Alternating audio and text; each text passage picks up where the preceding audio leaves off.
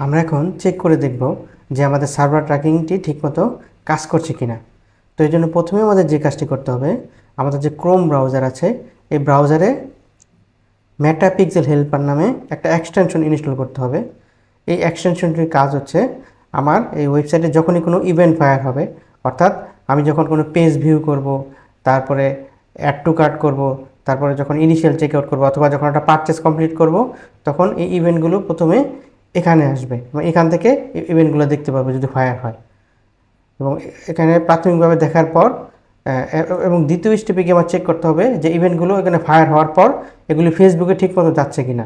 তো সেটার জন্য আমাদের যেটা করতে হবে যে ফেসবুকের ভিতরে একটা ইভেন্ট ম্যানেজার একটা সেকশন আছে, ওইখানে গিয়ে আমরা চেক করবো যে ডাটাগুলি ঠিকমতো আসছে কিনা।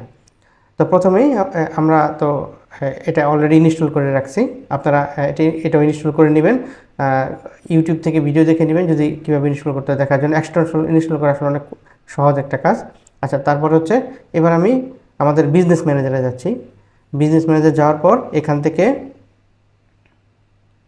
এই সেটিংসে যাব, এখানে আমাদের বিজনেস ম্যানেজারের সেটিংসে যাব।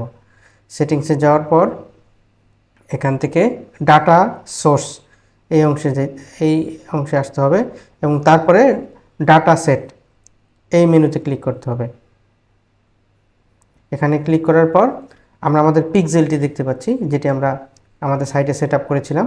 তো এখানে এই যে ডান পাশে যে 3 ডট আছে এইখানে ক্লিক করতে হবে। এখানে ক্লিক করার পর ওপেন ইন ইভেন্ট ম্যানেজার, এই ইভেন্ট ম্যানেজার থেকে আসলে আমাদের দেখতে হবে। তো আমরা এখন ইভেন্ট ম্যানেজারে আসছি।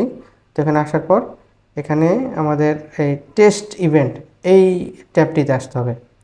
এখানে আসার পর এখানে দুটি ট্যাব আছে, উপরে নিচের যে ট্যাবটি আছে যে confirm that your website event are set up correctly, এখানে ক্লিক করতে হবে। এটা ওপেন করবো আমরা ক্লিক করে। ওপেন করার পর এখানে দেখেন এন্টার ওয়েবসাইট ইউআরএল, আমাদের ওয়েবসাইট ইউআরএলটি এখানে দিতে হবে। তো আমি এখান থেকে আমাদের ওয়েবসাইট ইউআরএলটি কপি করে নিচ্ছি, তারপর এখানে দিচ্ছি এটি দিলাম। দেওয়ার পর ওপেন ওয়েবসাইট এই যে বাটনটি অ্যানাবল হয়েছে এটিতে আমি ক্লিক করছি। এটাতে ক্লিক করার পর একটা জিনিস খেয়াল করেন যে এখানে সাথে সাথে একটা ইভেন্ট ফায়ার হয়েছে এবং ইভেন্টটি আমরা এখানে দেখতে পাচ্ছি যে পেজ ভিউ একটা ইভেন্ট ফায়ার হয়। একটা পেজ রিফ্রেশ হলে একটা পেজ ভিউ ইভেন্ট ফায়ার হবে সবসময়। এবং এটি আমি ইভেন্ট ম্যানেজারে গিয়েও দেখব যে এই যে দেখেন এখানে পেজ ভিউ ইভেন্ট চলে আসছে। এখানে আরেকটা ব্যাপার গুরুত্বপূর্ণ, সেটা হচ্ছে যে কোনো ইভেন্ট যখন ওয়েবসাইটে ফায়ার হবে এখানে একটি রিসিভ হবে ব্রাউজার থেকে এবং আরেকটি রিসিভ হবে সার্ভার থেকে। এবং এই দুটি যেহেতু একই ইভেন্ট দুইভাবে আসছে, দুটির ইভেন্ট আইডিও সেম হবে এবং দুটির ইভেন্ট আইডি সেম হওয়ার কারণে এই দুইটি পরে ডিডুপ্লিকেট হবে। সো ডিডুপ্লিকেট যদি না হয় তাহলে কিন্তু আপনার বুঝে নিতে হবে যে আপনার সার্ভার ট্র্যাকিংটি ঠিকমতো কাজ করছে না। আর সার্ভার ট্র্যাকিং যদি ঠিকমতো কাজ না করে তাহলে কিন্তু আপনার অ্যাডও ঠিকমতো অপটিমাইজ হবে না এবং অ্যাডের খরচও বেড়ে যাবে। আচ্ছা, এরপর আমি আরেকটা ইভেন্ট দেখি।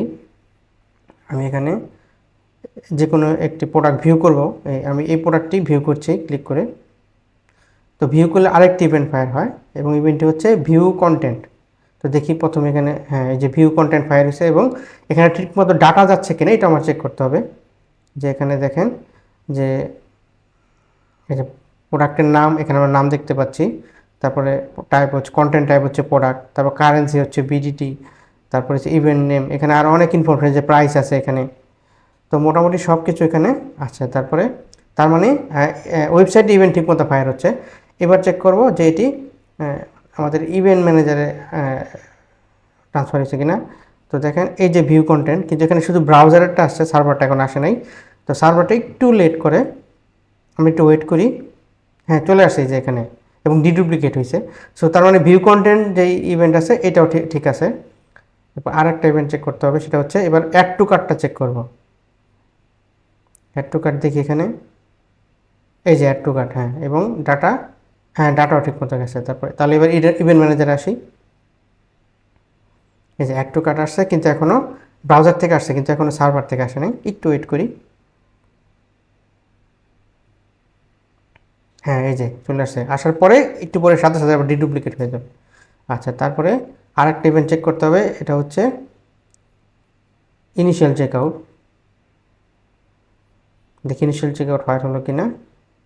হ্যাঁ এই যে ইনিশিয়াল চেক আউট ফায়ার হচ্ছে। তারপর ডাটা আসছে কিনা, হ্যাঁ ডাটাও আসছে। এবং তারপরে চেক করতে হবে এই যে এখানে আসছে কিনা, যে ইনিশিয়াল যে একটা আসছে আর একটা আসবে।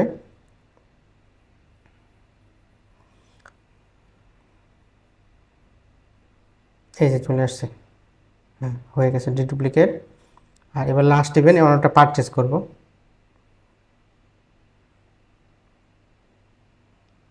এটা দিচ্ছি। তারপর এখান থেকে ইনসাইড ঢাকা দিচ্ছি, ঢাকা দেওয়ার পর এখান থেকে ক্যাশ অন ডেলিভারি, তারপর অর্ডার কনফার্ম করছি। তাহলে অর্ডার কনফার্ম করলে একটা পারচেজ ইভেন্ট ফায়ার হবে। এই যে পারচেজ ইভেন্ট ফায়ার হয়েছে, দেখি বা এই যে ক্যাশ অন ডেলিভারি মেথড সব কিছু এর মধ্যে ঠিকমতো আছে। তারপরে ইভেন্ট ম্যানেজার গিয়ে দেখি কী অবস্থা।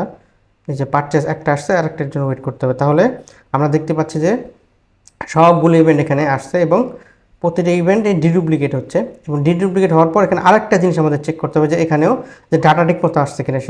এর জন্য যেটা করতে হবে, আমরা এইখানে যে কলাপসিবল অবস্থায় এটি আছে, এখানে একটু ক্লিক করতে হবে। এটি ক্লিক করলে এটা ওপেন হবে এবং ওপেন হলে এই যে দেখেন এখানে প্যারামিটার্স নামে একটা সেকশন আছে, এইখানে দেখতে হবে যে আমার এখানে টোটাল 13টা প্যারামিটার আছে এবং কী কী আছে আমি দেখি। যে ভ্যালু মানে হচ্ছে এই প্রোডাক্টের দাম, তারপর এটা কোন কারেন্সিতে ছিল বিডিটিতে, তারপর কন্টেন্ট একটা আইডি আসছে এখানে, প্রোডাক্টের type, add to cart, website, তারপরে যে এখানে দেখেন যে আমি এটা হচ্ছে প্রোডাক্টের নাম। তো তারপরে যে এফবিপি সব কিছু এখানে একদম ক্লিয়ারলি সব চলে আসছে। সো এই ডাটাগুলো যাতে আসে এটাও খেয়াল রাখতে হবে এবং এই ডাটাগুলো আসার জন্য আপনার ওয়েবসাইটে ডাটা লেয়ার এনাবল থাকতে হবে।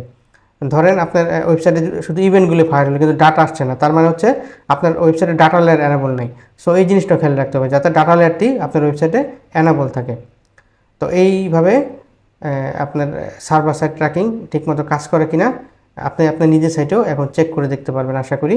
এবং আরেকটি কাজ আমাদের করতে হবে, সেটি হচ্ছে আমাদের সেটিংসে যে একটা টেম্পোরারি একটা ইভেন্ট আইডি ছিল টেস্ট করার জন্য, যে এটি আসলে সবসময় পরে কাজ করবে না, অটোমেটিক্যালি এটা ডিসেবল হয়ে যাবে। তো এটা আমি এখন ক্লিয়ার করে দিচ্ছি, যেটা আপাতত এটা আমার দরকার নেই। এই হ্যাঁ, তো এই হলো সার্ভার সাইড ট্র্যাকিং চেক করার পদ্ধতি।